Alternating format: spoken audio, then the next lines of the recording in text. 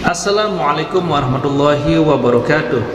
Alhamdulillahirabbil alamin, wassalatu wassalamu ala asyrafil anbiya'i wal mursalin sayyidina Muhammadin wa ala alihi wa sahbihi ajma'in. Amma ba'd.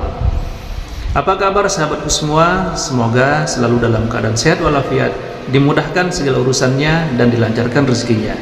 Amin ya rabbal alamin. Pada kesempatan yang berbahagia ini, mari kita simak bersama tausiah atau kajian dari guru kita, almarhum Kiai Haji Zainuddin MZ. Seperti apa isi tausiah dari guru kita? Mari kita simak bersama isi tausiahnya. Saudara-saudara hadirin yang berbahagia, salah satu nikmat yang diberikan Allah kepada kita di dalam kehidupan ini ialah bahwa Allah Subhanahu wa ta'ala telah menciptakan segala sesuatu serba berpasang-pasangan. Dalam surah Yasin ayat 36 dijelaskan, Subhanallazi khalaqal azwaja kullaha mimma tumbitul ard wa min anfusihim wa mimma la ya'lamun. Maha suci Allah yang telah menciptakan segala sesuatu itu serba berpasang-pasangan, dari apa yang tumbuh di permukaan bumi, apa yang ada di dalam diri mereka sendiri, dan apa-apa yang mereka tidak mengetahuinya. Demikianlah kita lihat siang berhadapan dengan malam, benar berhadapan dengan salah, dan laki-laki berhadapan dengan perempuan.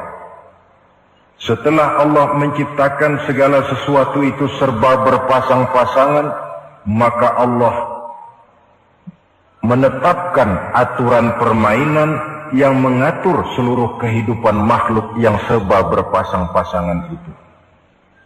Kita tentu maklum, apapun saja yang kita lakukan dan kita perbuat tanpa ada aturan akan berakhir dengan kekacauan. Cobalah kita bikin satu sekolah, buka satu sekolah, tidak usah pakai aturan, tentu kacau. Bikin organisasi tanpa memakai aturan, tentu kacau. Demikian daripada kehidupan ini, kalau tanpa ada aturan, tentu kekacauan yang akan timbul. Allah pencipta manusia. Allah tahu benar kemampuan maksimal manusia. Oleh sebab itu, aturan permainan yang diturunkan Allah tentu sesuai benar untuk manusia. Satu contoh kecil, pabrik mobil di Jerman bikin mobil namanya Mercy. Seiring dengan itu, dia keluarkan buku petunjuknya. Mobil ini namanya Mercy, kecepatan maksimal sekian ratus kilometer per jam, daya angkut maksimal sekian ratus kilogram. Kalau rusak memperbaikinya begini, onderdilnya pun ini. Karena pabriknya yang membuat mobil, lalu pabriknya pula yang mengeluarkan buku petunjuk, sudah tentu buku petunjuk itu sesuai benar dengan mobilnya. Dan tidak bisa kita punya mobil Mercy rusak, lalu kita perbaiki dengan menggunakan buku petunjuk yang dikeluarkan oleh pabrik mobil Toyota misalnya. Jelas mobil bukan tambah baik, malah makin hancur tidak karu-karuan. Kalau manusia menginginkan satu hidup yang baik, tidak ada pilihan lain, dia harus memakai aturan yang diturunkan oleh yang bikin manusia. Dan aturan itu telah turun dalam bentuk agama Islam yang kita cintai ini. Manusia laki-laki dihiasi dengan perasaan senang cinta kepada perempuan. Itu biasa, normal, wajar. Tapi lalu Allah menurunkan aturan permainan yang kalau peraturan ini dilanggar akan membawa kerugian bagi manusia sendiri. Bahwa laki-laki senang sama perempuan itu normal. Agama membuat aturan silahkan senang, tetapi lewat satu pintu yang disebut nikah. Kalau peraturan ini diabaikan, yang rugi tentu manusia sendiri. Misalnya PLN keluarkan pengumuman. Nanti malam mulai jam 6 sampai subuh listrik se-Jakarta mati total.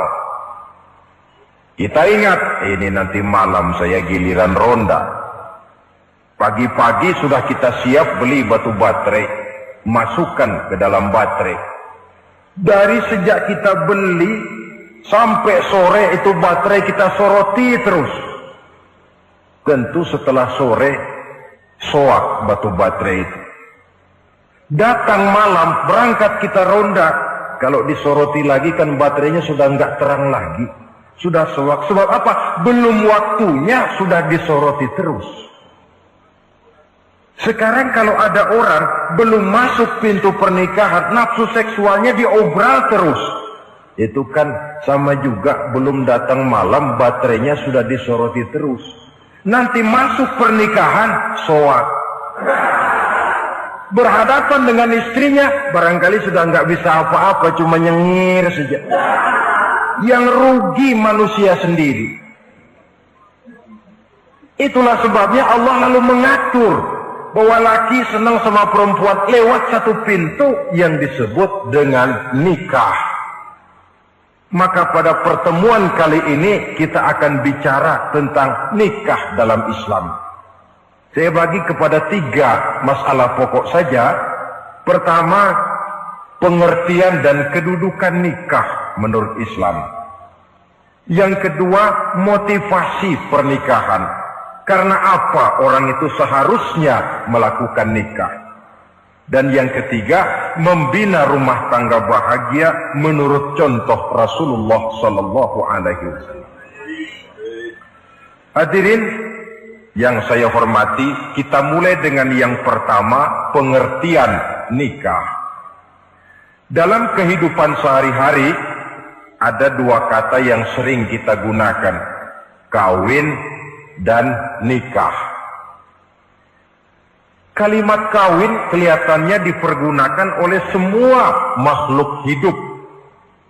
Lain dengan nikah, ini hanya digunakan khusus untuk manusia muslim.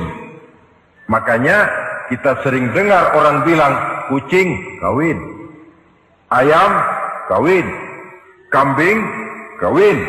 Dan belum pernah kita dengar ada ayam nikah atau kucing nikah. Sebab apa? Nikah ini cuma dipakai oleh makhluk bernama manusia yang muslim. Apa pengertian nikah? Seorang tokoh, Abi Yahya Zakaria Al-Ansari, di dalam kitab Fathul Wahhabnya menjelaskan, an-nikahu aqdun yatadammanu ibahatal wat'i bilafzi inkahin au nahwihi. Nikah adalah akad, yaitu ijab dan qabul. Yang akad ini menjamin dibolehkannya pergaulan bebas antara laki-laki dan perempuan. Jadi kalau sementara anak muda kita beranggapan bagaimana Islam ini kolot, masa laki-laki tidak boleh bergaul dengan perempuan, itu anggapan salah. Islam bukan saja tidak melarang, malah menganjurkan laki-laki bergaul dengan perempuan sebebas-bebasnya, sepanjang pergaulan itu bisa dipertanggungjawabkan, baik menurut hukum negara, lebih-lebih menurut hukum agama. Coba orang kalau sudah akad, sudah ijab qabul, ada saksi, ada wali, selesai itu dia masuk ke dalam kamar berdua, bergaul di situ sebebas-bebasnya, itu saya kira 100% halal. Tidak perlu lagi orang curiga, tidak perlu lagi sembunyi-sembunyi. Kenapa? Ini bentuk pergaulan yang bisa dipertanggungjawabkan. Kalau tidak, dengan dalih new morality, kebudayaan modern, lalu melakukan yang disebut free love, free sex, samen leven, hidup bersama tanpa nikah alias kumpul kebo. Dan saya kira itu kebo cuma mewakili saja. Artinya begitulah kalau binatang itu kumpul, sebab kumpul kucing pun saya kira begitu, kumpul ayam pun begitu. Kebo cuma mewakili binatang dalam kalimat itu. Tengoklah berapa banyak sudah bayi-bayi yang lahir ke dunia ini tanpa tahu kemana dia harus memanggil bapak. Berapa banyak gadis-gadis bergelimpangan jadi korban dari orang-orang yang tidak bertanggung jawab. Itu semua merupakan ironi. Maka menjauhkan manusia dari aturan agama pada hakikatnya sama dengan usaha membinatangkan manusia. Bahkan kalau manusia sudah jauh dari aturan agama, sanggup berbuat lebih buas daripada binatang. Kita tahu yang namanya bajing itu makanannya cuma kelapa. Tapi bajingan itu bukan cuma kelapa, kabel telepon doyan kok bajingan itu. Jauh lebih buas daripada yang namanya binatang. Maka agama ini mengatur agar manusia sebagai makhluk yang mulia hidup secara mulia. Jangan manusia kita ini, binatang saja. Kalau saudara ada yang punya kucing di rumah, saudara taruh di depannya, saudara sendiri yang langsung kasih ikan di piring, kasih kucing. Aduh, dia akan makan dengan tenang, nikmat, lahap, tidak nengok kiri, tengok kanan. Kenapa? Dia yakin betul yang dia makan itu sudah resmi, sah. Sebab apa? Tuan rumah yang kasih. Tapi kalau si kucing ngambil sendiri di dapur, mencuri dia, setelah dapat dia bawa lari, makan pun tidak tenang. Kenapa? Mesti nengok kiri, nengok kanan. Rupanya instingnya pun bekerja. Ini bukan hak saya mencuri. Saudara-saudara, tengok orang yang sudah terlibat dalam pergaulan suami istri yang sah. Itu kan nggak perlu tengok kanan, tengok kiri, nggak perlu takut-takut. Kenapa? Sudah sah. Tapi kalau yang bukan istrinya, wah itu sudah seperti kucing nyolong ikan, tengok kiri, tengok kanan, tidak pernah mengalami ketenangan. Itu selintas pengertian nikah. Lalu bagaimana kedudukan nikah menurut Islam? Ternyata nikah dalam pandangan Islam tidak cuma sekedar untuk memenuhi kebutuhan biologis manusia. Tidak cuma sekedar untuk memperkembangbiakkan keturunan. Tidak cuma sekedar untuk mendapat ketenangan hidup. Lebih tinggi daripada sekedar itu, nikah dalam pandangan Islam ibadah. Jadi kalau kita ditanya, Pak, ibadah apa yang paling enak dalam Islam? Jawabannya jelas, nikah. Begitu enaknya ibadah yang namanya nikah ini, sampai yang sudah pernah pun pengen ulangan. Namanya ibadah. Tetapi tentu ada konsekuensi. Oleh karena nikah ibadah, dan semua ibadah dalam Islam tidak boleh dikerjakan setengah hati atau main-main. Sholat ibadah, tidak boleh main-main atau setengah hati atau coba-coba. Puasa ibadah, tidak boleh main-main, setengah hati atau coba-coba. Dan oleh karena nikah pun ibadah, punya nilai sakral, juga tidak boleh main-main, setengah hati atau coba-coba. Dus nikah eksperimen tidak dikenal dalam Islam. Mas, saya dengar sampean sudah nikah ya? Iya mas, saya cuma nyoba saja kok ini kok. Kalau enak terus, enggak ya bubar. Ini tidak ada nikah eksperimen, sebab dia punya nilai sakral yang bermotifkan ibadah. Itu pengertian dan kedudukan nikah. Lalu apa motivasi suatu pernikahan? Karena apa seharusnya orang nikah itu? Apa landasannya?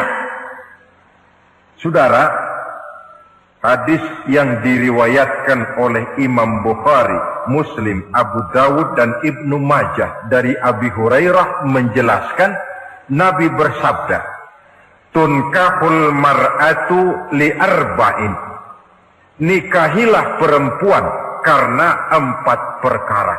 Kalau dia perempuan tentu nikahilah laki-laki karena 4 perkara. Memilih jodoh, nah inilah lengkapnya konsepsi Islam. Memilih jodoh saja Islam itu memberikan petunjuk kok. Karena apa orang memilih jodoh itu? Kata Rasul karena 4 faktor. Pertama, lima liha. Karena dia orang kaya. Cari yang kaya. Yang kedua, lihasabiha. Karena dia keturunan orang baik-baik. Cari keturunan orang baik-baik. Yang ketiga, lijamaliha. Karena dia cantik. Cari yang cantik. Dan yang keempat, lidiniha. Karena dia orang taat beragama. Cari orang yang taat beragama. Kalau berkumpul keempat-empatnya, rasanya surga dunia sudah. Coba lihat. Suami mana sih yang tidak bangga punya istri cantik, kaya, keturunan orang baik-baik, lalu taat beragama? Atau istri mana sih yang tidak bangga punya suami ganteng, kaya, keturunan orang baik-baik, dan taat pula beragama? Tapi kan terus terang, yang kumpul keempat-empatnya kan boleh dibilang jenis makhluk langka. Sulit. Kadang-kadang cantik, kaya, akhlaknya kayak setan. Ada saja kurangnya. Oleh karena ada saja kurangnya, lalu Nabi memberikan stressing, penekanan. Fazfar bizatid din taribat iyadat. Pilih orang yang taat melaksanakan agama, niscaya hidupmu akan berkah. Jadi motivasi suatu pernikahan hendaknya agama. Apa rahasianya? Mari kita lihat. Kalau orang memilih pasangan karena rupa yang cantik semata-mata, silakan, tapi jangan jadi motivasi utama. Kalau rupa yang cantik jadi alasan utama, saya yakin rumah tangga tidak akan tahan lama. Sebab apa? Pertama, yang namanya cantik itu relatif. Artinya bergantung siapa yang memandang. Yang menurut saudara cantik, menurut saya belum tentu cantik. Yang kata saya cantik, menurut saudara barangkali itu yang jelek. Relatif. Saya kalau ditanya orang, Ustadz, siapa perempuan paling cantik di dunia ini? Tentu saja saya jawab istri saya. Apa saudara lalu protes? Salah Ustadz, yang cantik istri saya, bukan istri Ustadz. Saya bilang, masa bodoh saya nggak ngurusi istri sampean. Cantik itu relatif.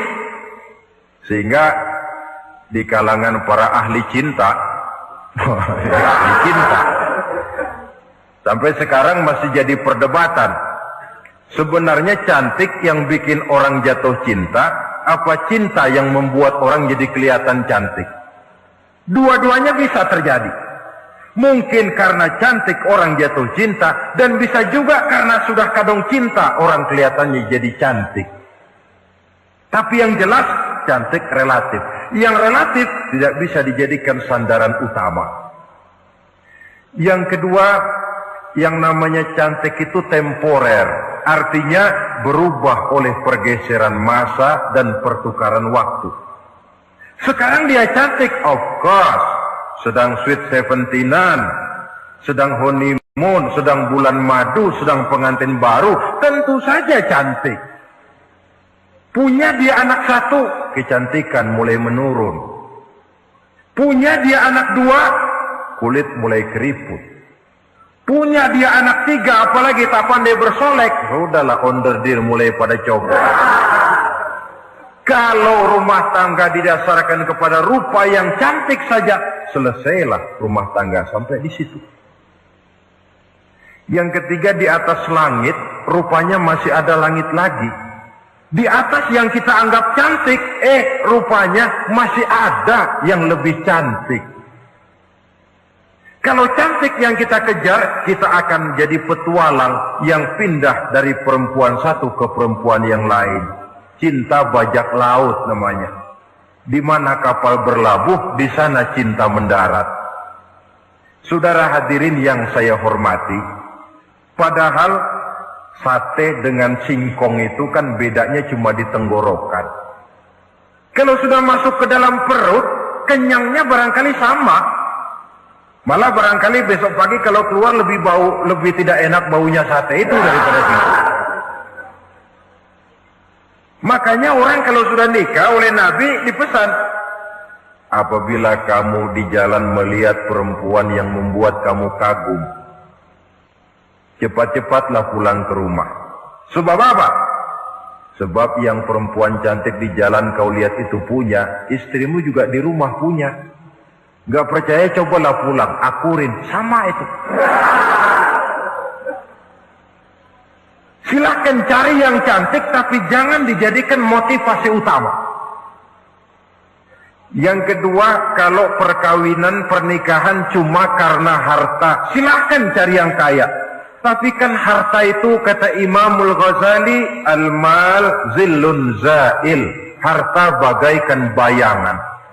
Sore di sebelah barat, tengah hari di tengah, sore pindah ke sebelah timur. Hari ini dia kaya, besok dia bangkrut. Roda itu berputar. Kalau harta dijadikan pilihan utama, boleh jadi dalam hidup berumah tangga ada pepatah, ada uang abang disayang, tidak ada uang abang melayang. Artinya pun rumah tangga tidak akan tahan lama. Yang ketiga, kalau karena keturunan, persilahkan cari keturunan yang baik-baik.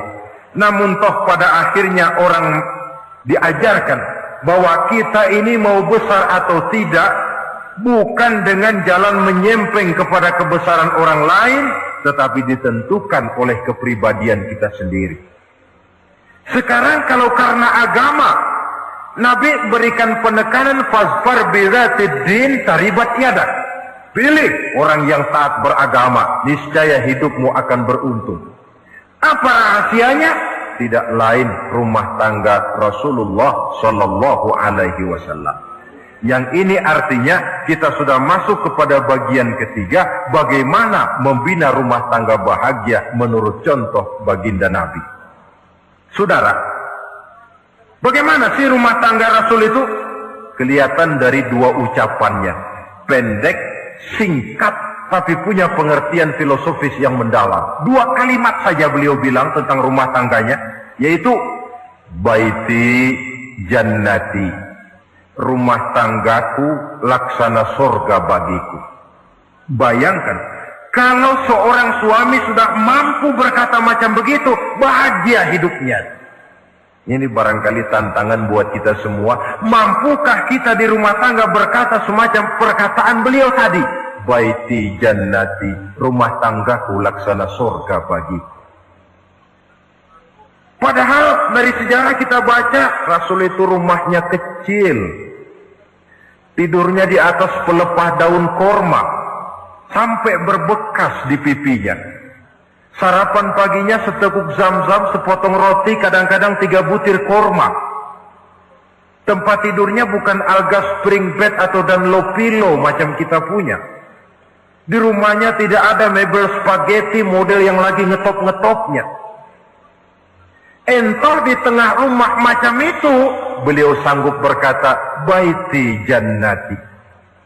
Kenapa kita yang hidup di zaman di mana fasilitas mestinya lebih menunjang, kok malah banyak yang berkata sebaliknya?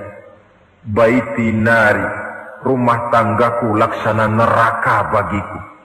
Padahal dilihat dari segi materi, rumahnya bertingkat, mobilnya serba berkilat, uangnya banyak berlipat-lipat, istri pun cantik memikat, kadangkala boleh jadi jumlahnya 4. Tapi tiap hari kiamat. Kenapa ini? Marilah kita lihat. Ternyata rumah tangga Rasul itu motivasinya tidak lain agama.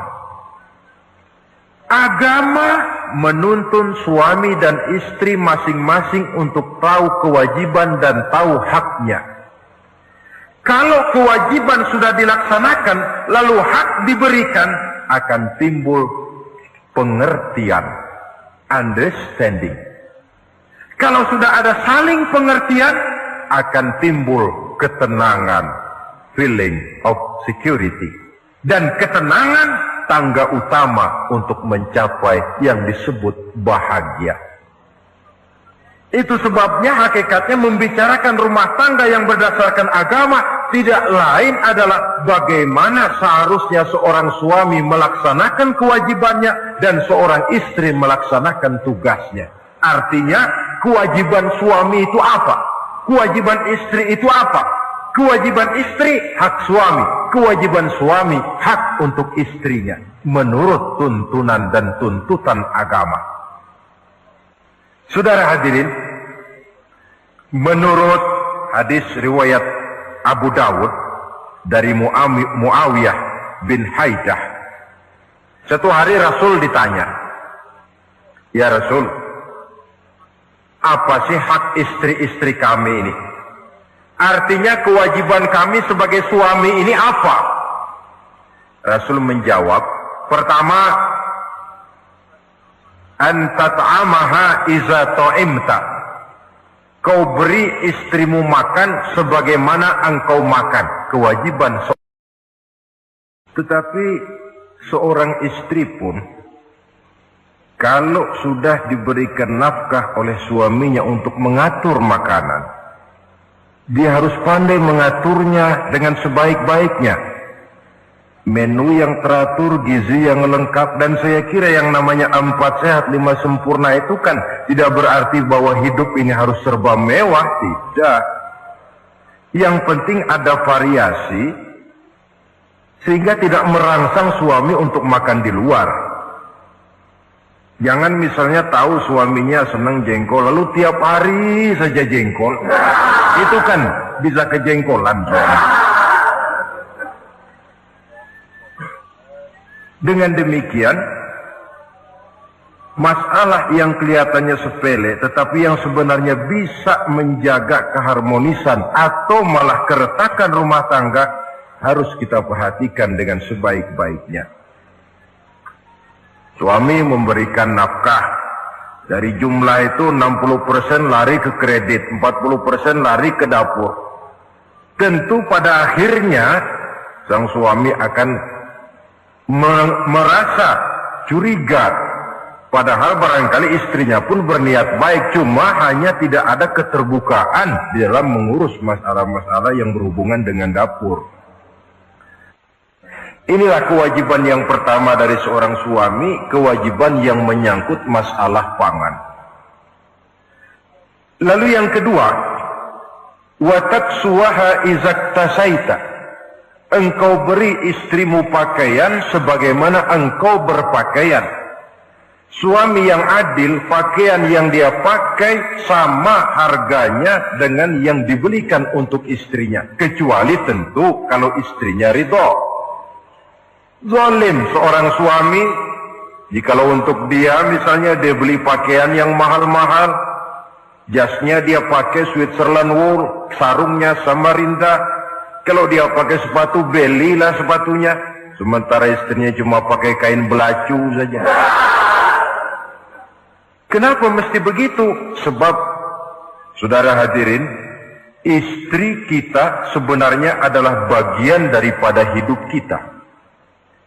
Baik dia dilihat orang, baik juga kita disebut orang. Jelek dia dipandang orang, tentu jelek juga nama kita disebut orang. Apalagi hidup bermasyarakat, kadang-kadang mulut usil itu kan sudah banyak macam ragamnya. Nah, itu siapa sih perempuan yang jalan? Kenapa?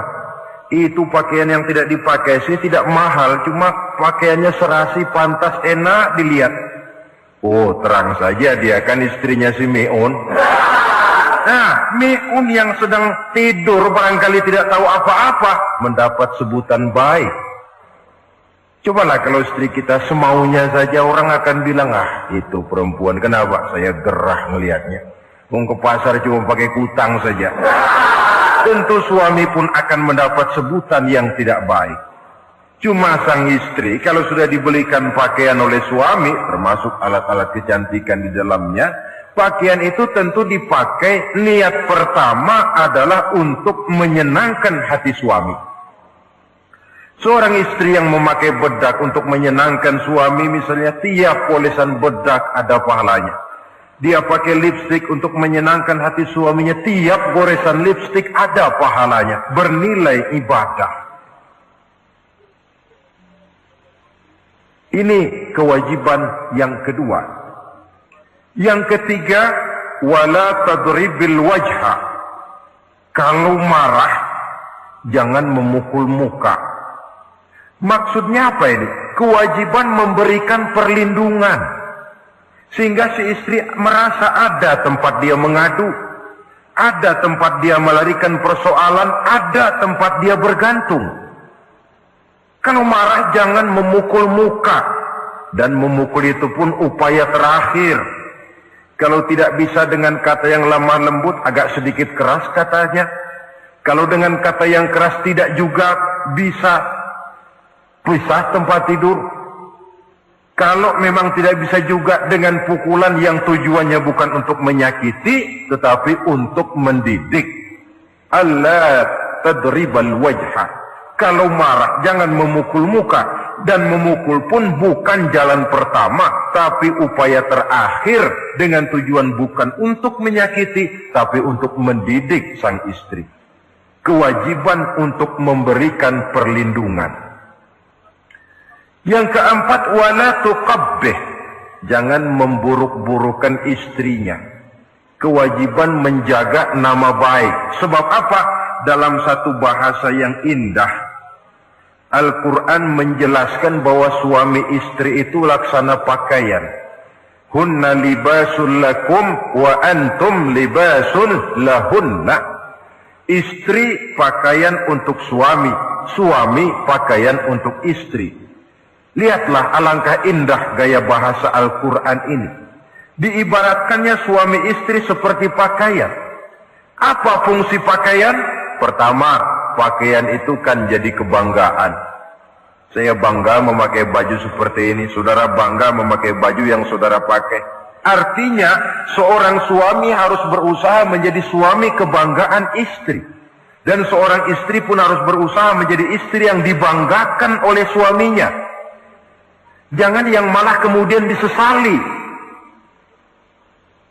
Itu kan kalau sudah marah orang kadang-kadang ucapannya nggak terkontrol. Istri marah sama suami, bang, nyesel gue punya hati. Sudah hilang lagi kebanggaan. Kalau kebanggaan hilang, wibawa pun hilang. Kalau wibawa sudah hilang, maka rumah tangga sudah sulit untuk dipertahankan. Yang kedua, yang namanya pakaian itu kan menutup aurat. Itu tujuan pakaian yang terpenting. Artinya di sini, kalau seorang istri mempunyai kekurangan, suamilah yang menutupi. Kalau seorang suami mempunyai kekurangan, istri juga harus berusaha menutupi. Jangan kekurangan suami diceritakan di pasar umum, atau kekurangan istri dibuka di mana-mana. Itu namanya suami istri tidak berfungsi sebagai pakaian, malah justru saling membuka aurat masing-masing. Iyalah kadang-kadang penyakit ini. Kadang-kadang yang namanya perempuan dari rumah itu berangkat ngaji katanya. Sampai di pengajian apa? Suaminya diakur-akuri. Bayu bagaimana suami? Wah, suami saya payah. Dipayahkannya suaminya di mana-mana. Atau aib dan kekurangan istri diceritakan di mana-mana. Orang bertanya, gimana mas istrinya? Oh, nggak maju. Loh, kenapa istrimu kan cantik? Iya, soal cantik sih iya, tapi tidurnya kok ngiler ini. Nah, ini kan nggak perlu yang macam begini ini. Tidak bisa menjaga apa yang disebut security informasi. Fungsi pakai. Masya Allah, apa yang sudah disampaikan oleh guru kita almarhum Kiai Haji Zainuddin MZ sangat luar biasa. Sahabat beriman yang dimuliakan Allah, tetaplah di kajian ini karena kajian ini belum selesai. Maka dari itu mari kita lanjutkan kembali. Selamat mendengarkan. Saling menjaga kehormatan diri. Ini yang keempat. Yang kelima, wala tahjur illa fil bait. Jangan berpisah dari istri kecuali di rumah. Maksudnya begini, kalau satu hari seorang istri suami marah kepada istrinya, tidak usah istri itu disuruh pulang ke rumah orang tuanya, ke rumah mertua lalu diusir. Tidak, cukup pisah tempat tidur saja. Ini maknanya wala tahjur illa fil baiti. Umpamanya, dek, malam ini saya sedang tidak enak pikiran, kau tidur di kamar belakang lah, saya kamar depan. Cukup pisah tempat tidur saja, tidak perlu istri dipulangkan ke rumah orang tuanya. Nanti umpamanya tengah malam turun hujan, udara dingin, pikiran berubah, berasa perlu, kan tinggal manggil. Tidak jauh secara psikologis ajaran semacam ini bisa kita terima. Saudara hadirin yang saya hormati, ini pada prinsipnya kewajiban seorang suami. Kewajiban yang menyangkut masalah pangan, sandang, perlindungan, memelihara kehormatan, dan menjaga ketenangan di rumah tangga dengan menyelesaikan persoalan rumah tangga itu secara intern. Jangan belum apa-apa sudah mertua diundang, orang tua dibon. Persoalan belum tentu selesai, tapi masalah sudah meluas. Cobalah kita selesaikan intern dulu. Kalau kemudian ternyata dianggap perlu mengundang orang tua, mertua, keluarga, baru kita upayakan ke arah itu. Ini kewajiban suami dan ini merupakan hak istri. Lalu bagaimana kewajiban istri sekarang ini? Istri kewajibannya merupakan hak untuk suami. Saudara, dari hadis yang diriwayatkan Imam Ibnu Majah dari Ali bin Yazid dari Abi Umamah, Nabi bersabda, "Mastafadal mu'minu ba'da taqwallahi azza wa jalla khairan lahu min zaujatin salihah." Bagi seorang mukmin, sesudah dia mempunyai sifat takwa kepada Allah, tidak ada yang lebih membawa manfaat selain daripada istri yang solehah. Istri solehah itu yang bagaimana? Yang hidup mampu melaksanakan kewajibannya. Apa kewajibannya? Kata Nabi, pertama, in amaroha ata'athu. Kalau diperintah, dia taat. Kewajiban istri yang pertama, taat kepada suaminya. Begitu besar kewajiban taat kepada suami, sampai-sampai Nabi pernah menyatakan, "Lau kuntu amiran ahadan ayyasjuda li ahadin, la amartul mar'ata an tasjuda li zawjiha." Kalau saja boleh, kata Nabi, aku memerintahkan manusia sujud kepada sesama manusia, tentu aku perintahkan istri untuk sujud kepada suaminya. Untung saja sujud kepada manusia tidak boleh. Kalau boleh, istri itu disuruh sujud kepada suami. Tentu karena besar hak suami atas dirinya. Yang kedua, ibadah sunnah tidak mendapat izin suami juga bukan saja tidak berpahala, malah berdosa. Umpamanya, pengantin baru, si istri kebetulan santri, malam minggu pesta, besoknya hari Senin, si istri sudah kadang biasa hidup sebagai santri, hari Senin puasa sunnah. Dia bilang sama suaminya, "Bang, besok saya mau puasa sunnah nih, hari Senin." Kata suaminya, "Kalau kau puasa juga kau kejam. Lalu kau puasa aku disuruh ngapain?" Tidak diizinkan oleh suami, dia puasa juga. Bukan saja tidak mendapat pahala, malah berdosa. Sampai amalan yang sunnah pun tidak diizinkan oleh suami, berdosa. Apalagi amalan yang mubah. Apalagi amalan yang tidak ada dasar hukumnya, perintahnya. Sepanjang perintah suami tidak untuk maksiat kepada Allah, istri wajib untuk taat.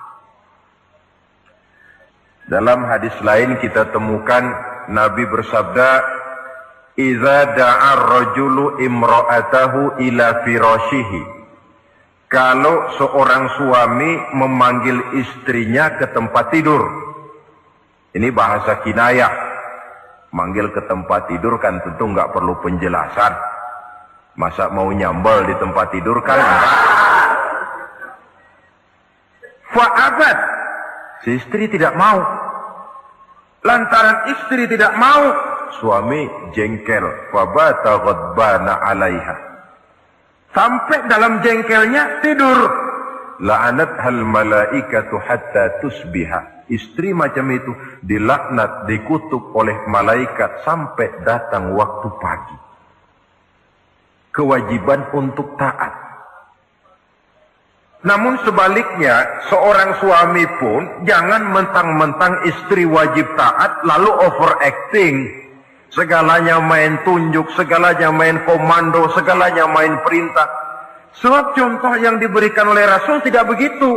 Rasul kita baca dalam sejarah, menjahit bajunya sendiri, memperbaiki kasutnya sendiri. Artinya yang bisa ya dikerjakan tanpa harus menggantungkan semuanya kepada sang istri. Kewajiban untuk taat. Nah, penutup tentang taat ini ada sebuah hadis pula di mana baginda Nabi bersabda, ayyumam ra'atin matat wa zawjuha anha radin dakhalatil jannah. Kalau seorang perempuan meninggal dunia, suaminya ridho kepadanya, maka perempuan itu akan masuk surga. Artinya, kalau seorang istri meninggal, ya dia tukang ngaji, ya tukang sholat, ya suka puasa, ya gemar sodakoh, tapi meninggal suaminya tidak ridho, pintu surga belum dibukakan sampai suaminya ridho kepadanya. Ini menggambarkan tentang besarnya kewajiban taat seorang istri kepada suaminya. Ini kewajiban pertama. Lalu kewajiban yang kedua, kata Nabi, wa in nazara ilaiha sarrathu. Kalau dipandang oleh suaminya, dia pandai menggembirakan, menyenangkan hati suaminya. Menjadi istri yang pandai menyenangkan hati suami. Siapa contohnya? Kita lihat misalnya istri Nabi, diantaranya Sayyidatuna Khadijah radhiyallahu anha. Ketika Nabi pertama kali menerima wahyu berhadapan dengan malaikat Jibril, beliau kembali ke rumah dengan tubuh gemetar.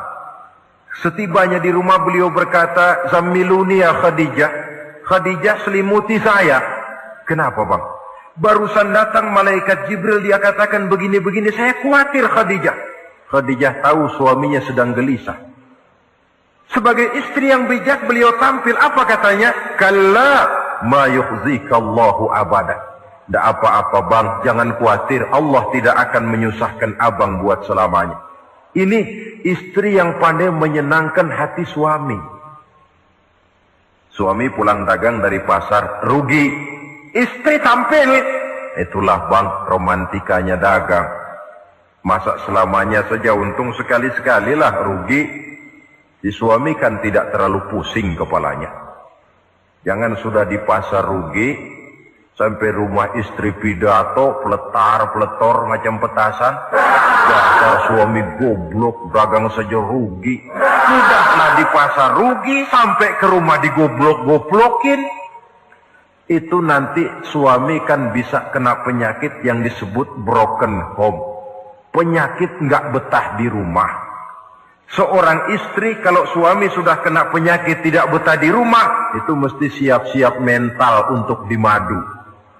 Nah, jadi kalau tidak dimadu bagaimana? Berusaha bikin betah suami di rumah.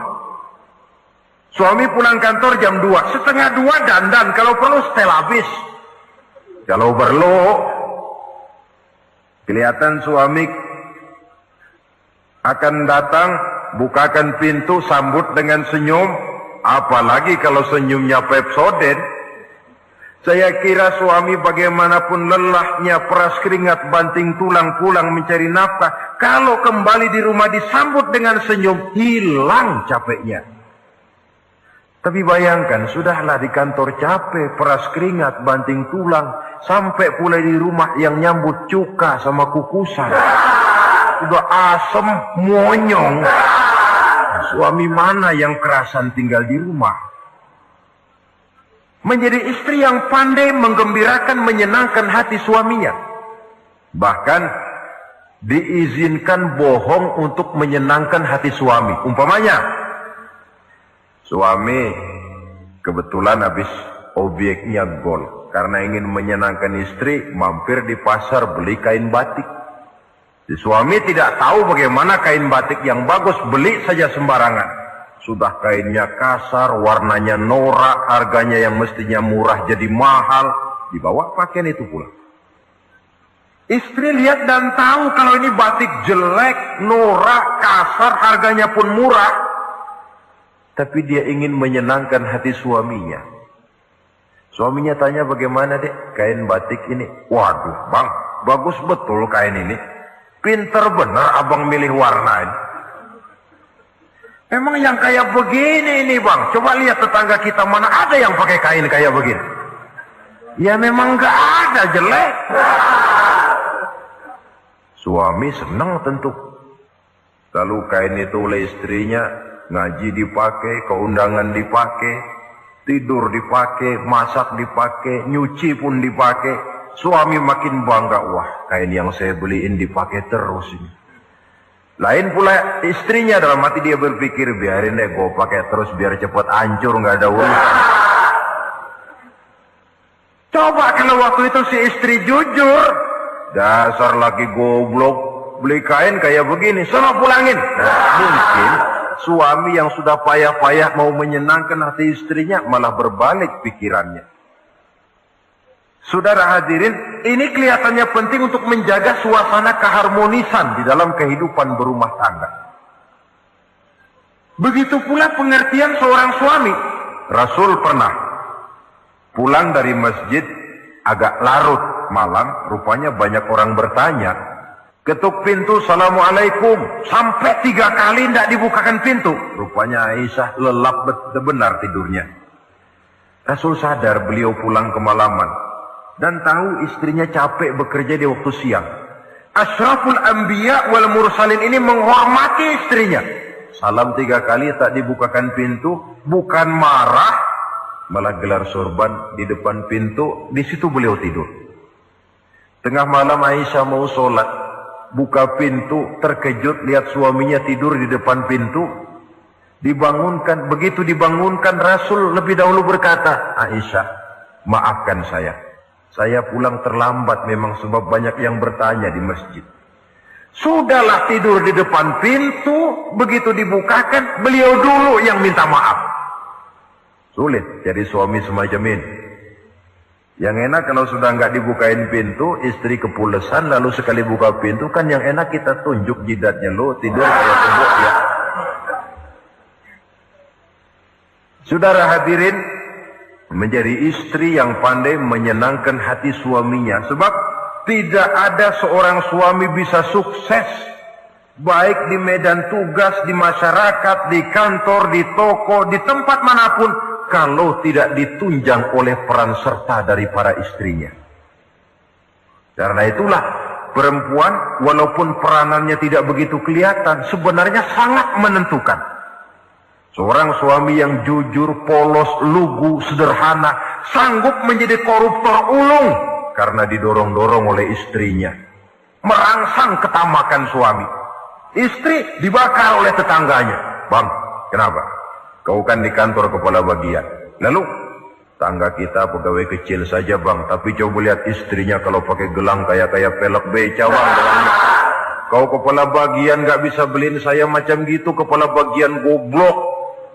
Lalu bagaimana bu, gaji saya kan sudah jelas segitu. Iya, kamu kan kepala bagian. Apaan kayak di kantor sabet. Kalau sudah main sabut-sabutan begini, sudah merangsang suami untuk berbuat yang tidak baik. Kecil, tidak begitu kelihatan, tapi sangat menentukan. Istri yang soleh, yang bisa melaksanakan kewajibannya, yaitu pandai menyenangkan hati suaminya. Ini kewajiban istri yang kedua. Yang ketiga, wa in aqsama alaihi abarrathu. Kalau suami memberikan sesuatu, dia pandai berbakti, menjadi istri yang pandai bersyukur kepada suami. Kita ingat ketika pulang Mi'raj kan Rasul bercerita, saya dalam perjalanan itu diperlihatkan neraka, kata Rasul. Saya lihat kok isinya kok lebih banyak perempuan daripada laki-laki. Nah, sahabat heran, ya Rasul, lebih banyak perempuan? Iya. Apa mereka tidak sholat? Sholat. Apa mereka tidak pernah hadir di majelis taklim? Oh, rajinan dia sama suaminya. Ada apa? Tidak pernah baca Quran? Rajin.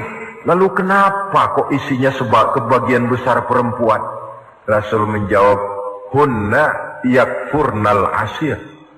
Mereka umumnya tidak pandai bersyukur kepada suaminya. Hujan panas setahun dibalas dengan hujan sehari. Kalau suaminya sedikit salah, sudah kehilangan pertimbangan, tertutup seluruh kebaikannya. Yang kelihatan cuma salahnya saja. Maka sebaiknya di dalam hidup berumah tangga, baik suami maupun istri itu masing-masing sedia timbangan. Kalau satu saat suami salah, istri ambil timbangan. Timbang, suami saya salahnya ini, jasanya ini. Bertahun-tahun dia hidup mencari nafkah buat saya, membelikan pakaian untuk saya, mencarikan makan untuk saya. Salahnya ini. Timbang, mana lebih banyak salahnya atau benarnya? Dengan demikian kita akan bisa menghasilkan keputusan objektif. Giliran istri yang salah, suami yang ambil timbangan, ukur mana lebih banyak baiknya atau salahnya. Kalau tiap kita masing-masing punya timbangan, insya Allah nilai-nilai objektif dari suatu pertimbangan akan bisa kita temukan dalam mengambil keputusan. Istri yang pandai berbakti membalas budi daripada suaminya. Kewajiban yang keempat dari seorang istri, wa in ghaba anhu nasahathu fi nafsiha wa malihi. Kalau suami tidak ada di rumah, dia pandai menjaga kehormatan dirinya dan pandai menjaga harta suaminya. Tidak mencari kesempatan dalam kesempitan. Suami lembur, istri ngompreng. Dan pandai menjaga harta suaminya. Nah, coba lihat. Kalau seorang suami ada uang di kantongnya 100 rupiah. Ada tukang minta pengemis, istri ambilkan saja tanpa izin suaminya uang di kantong suami 100. Dia sedekahkan. Niatnya tentu baik. Si istri dapat dosa, si suami dapat pahala. Perbuatan sedekahnya itu betul, tapi mengambil uang tanpa izin suami itu yang salah. Dan ternyata salah itu lebih besar daripada pahala yang dia lakukan lantaran bersedekah itu. Kalau ini terwujud, maka suasana saling mempercayai akan tumbuh. Kalau sudah saling mempercayai, rasanya akan terwujud kedamaian dan ketenangan. Suami meninggalkan rumah dengan perasaan tenang, istri pun melepas suami dengan perasaan damai, tanpa was-was, tanpa curiga, dan sebagainya. Dan ini modal yang paling utama mewujudkan saling kepercayaan dalam membina hidup bahagia. Saudara, jadi dengan demikian, kewajiban suami dan kewajiban istri yang merupakan bagian tidak terpisahkan dari bagaimana membina rumah tangga berdasarkan tuntunan agama, merupakan hal yang dicontohkan oleh Nabi kita Muhammad sallallahu alaihi wasallam.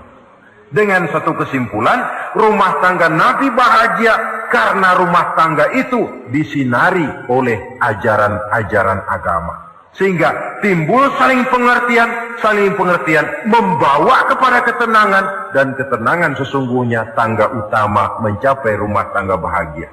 Tanpa materi orang memang sulit untuk bahagia. Tapi materi semata-mata bukan merupakan jaminan bahwa orang akan hidup bahagia. Banyak isak tangis berbunyi di rumah-rumah mewah, dan banyak sendak gurau, tawa dan canda, tawa lerai di rumah-rumah sederhana. Artinya suka dan duka, sedih dan gembira, susah dan bahagia bisa ada di gubuk reot dan bisa juga ada di rumah mewah. Ternyata bukan harta semata-mata yang menopang dan menjamin hidup itu akan bahagia, tapi satu rumah tangga yang dipancari oleh sinar agama di bawah naungan ridho dari Allah Subhanahu wa taala. Si istri taat melaksanakan ajaran agama, suami taat, lalu anak-anak pun hidup dalam suasana yang religius. Dari sana tumbuh pancaran sinar keagamaan. Irama agama mengalun dalam kehidupan rumah tangga kita. Berfungsilah dengan demikian rumah tangga sebagai tempat di mana kita mengamalkan ajaran agama kita. Alangkah nikmat satu rumah tangga. Istri ahli ibadah, suami pun ahli ibadah, anak-anak pun terbiasa oleh lingkungan untuk hidup melaksanakan suatu ibadah. Dan keberhasilan di rumah tangga awal untuk menuju keberhasilan di masyarakat, di tempat tugas, dan di tempat-tempat lainnya. Sebaliknya, kehancuran rumah tangga akan selalu menjadi awal kehancuran karir di masyarakat, di tempat kerja, dan di tempat-tempat lainnya. Oleh karena itu, berangkat dari hal semacam inilah, maka kita berkeyakinan rumah tangga yang bahagia ialah rumah tangga yang didasarkan kepada ajaran agama. Sehingga tercapailah kebahagiaan hidup di dunia yang langsung menopang kepada kebahagiaan hidup di akhirat nanti. Nah, inilah pembicaraan kita pada pertemuan kali ini. Dengan harapan, mudah-mudahan dari setiap rumah tangga muslim memancar sinar-sinar agama, menjadi kubu-kubu pertahanan di mana kita menegakkan ajaran agama, dan pada akhirnya nanti akan tercipta masyarakat yang agamis. Terwujudlah. Alhamdulillahirabbil alamin. Itulah tadi tausiah penuh hikmah, penuh makna yang disampaikan oleh guru kita almarhum Kiai Haji Zainuddin MZ. Tentunya ini sangat bermanfaat sekali untuk kita semua. Sahabat beriman yang dimuliakan Allah, mari kita sama-sama doakan guru kita, semoga beliau diampuni dosa-dosanya dan dilapangkan kuburnya. Amin ya rabbal alamin.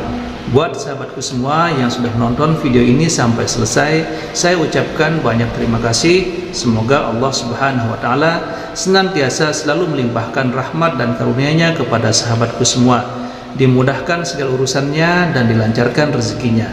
Amin ya rabbal alamin. Baiklah sahabatku semua, untuk hari ini cukup sampai di sini dulu. Sampai bertemu lagi di kajian-kajian berikutnya. Wabillahi taufiq wal hidayah wa ridha wal inayah. Assalamualaikum warahmatullahi wabarakatuh. Assalamualaikum warahmatullahi wabarakatuh. Alhamdulillahirabbil alamin. Wassalatu wassalamu ala asyrafil anbiya'i wal mursalin sayyidina Muhammadin wa ala alihi wa sahbihi ajma'in. Amma ba'du. Apa kabar sahabatku semua? Semoga selalu dalam keadaan sehat walafiat, dimudahkan segala urusannya dan dilancarkan rezekinya. Amin ya rabbal alamin. Pada kesempatan yang berbahagia ini, mari kita simak bersama tausiah atau kajian dari guru kita almarhum Kiai Haji Zainuddin MZ. Seperti apa isi tausiah dari guru kita? Mari kita simak bersama isi tausiahnya. Saudara-saudara hadirin yang berbahagia, salah satu nikmat yang